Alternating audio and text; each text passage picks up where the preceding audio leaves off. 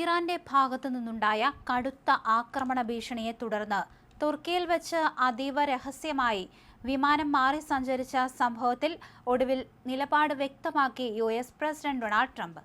American സുരക്ഷാ ഏജൻസിയായ secret സർവീസിന്റെയും സൈന്യത്തിന്റെയും കൃത്യമായ നിർദ്ദേശപ്രകാരമാണ് താൻ അവസാന നിമിഷം വിമാനം മാറിയതെന്നും ഇത്തരം വധഭീഷണികളിലൊന്നും തനിക്ക് യാതൊരുവിധ ആശങ്കയുമില്ലെന്നും ട്രംപ് മാധ്യമങ്ങളോട് തുറന്നടിച്ചു. ഹോളിവുഡ് സിനിമാറ്റിക് രംഗങ്ങളെ വെല്ലുന്ന തരത്തിലുള്ള നീക്കങ്ങളായിരുന്നു കഴിഞ്ഞ ജൂലൈ 8-ന് തുർക്കിയിലെ അങ്കാറ വിമാനത്താവളത്തിൽ നടന്നത്. തുർക്കിയിലെ ഔദ്യോഗിക പരിപാടികൾക്ക് ശേഷം മാധ്യമപ്രവർത്തകരുടെയും ക്യാമറകളുടെയും കണ്ണുകൾക്ക് മുന്നിലൂടെ സാധാരണ മട്ടിലാണ് ട്രംപ് പ്രസിഡന്റിന്റെ ഔദ്യോഗിക വിമാനമായ എയർഫോഴ്സ് വണ്ണിലേക്ക് കയറിയത്. എന്നാൽ വിമാനത്തിനുള്ളിലെത്തിയ ഉടൻ തന്നെ ട്രംപിനെ ആരും കാണാതെ മാറ്റി. എയർഫോഴ്സ് വണ്ണിലേക്ക് മാധ്യമപ്രവർത്തകരും വൈറ്റ് ഹൗസ് ഉദ്യോഗസ്ഥരും കയറിക്കൊണ്ടിരുന്ന അതേ സമയത്തു തന്നെ വിമാനത്തിലേക്ക് ആഹാര സാധനങ്ങളും മറ്റും എത്തിക്കാൻ ഉപയോഗിക്കുന്ന കൂറ്റൻ കാറ്ററിംഗ് ട്രക്കിലേക്ക് ട്രംപിനെ വളരെ രഹസ്യമായി മാറ്റുകയായിരുന്നു.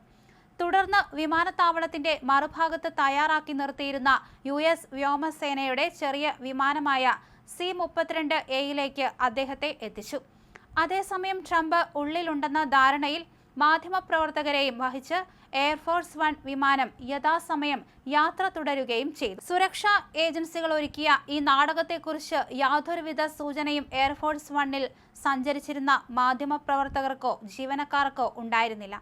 ഇറാനിൽ നിന്നും നേരിട്ട കടുത്ത ആക്രമണ ഭീഷണിയെക്കുറിച്ച് രഹസ്യാന്വേഷണ ഏജൻസികൾക്ക് കൃത്യമായ വിവരങ്ങൾ ലഭിച്ചതിനെ തുടർന്നാണ് സീക്രട്ട് സർവീസ് ഇത്തരമൊരു അടിയന്തര സുരക്ഷാ തന്ത്രം മെനഞ്ഞത്.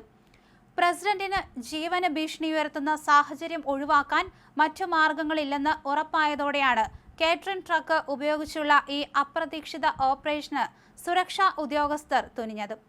സംഭവത്തെക്കുറിച്ച് പിന്നീട് മാധ്യമങ്ങൾ ഉന്നയിച്ച ചോദ്യങ്ങൾക്ക് വളരെ ലളിതമായ രീതിയിലാണ് ട്രംപ് മറുപടി നൽകിയതും.